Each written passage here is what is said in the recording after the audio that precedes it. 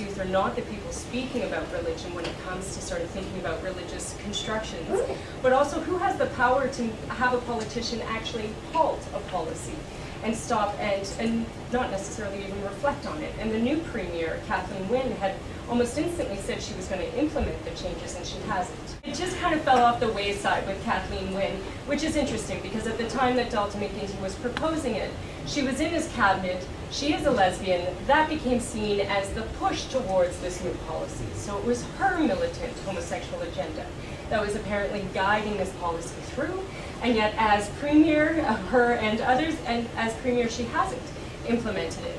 So the power of how that particular conversation happens I find really interesting. And as I said, sort of as we're learning and teaching about religion and sexuality and education, what is being learned through media as a particular messenger.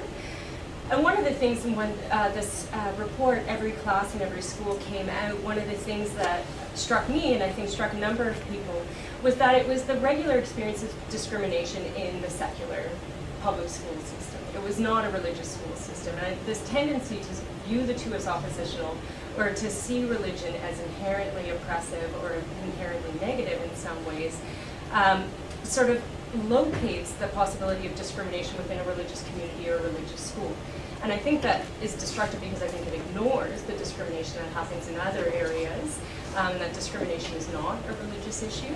But I think, as we think about where our safe spaces are for youth, that we have to kind of question some of those assumptions, and the secular and non-religious spaces and discrimination, how that experience happens.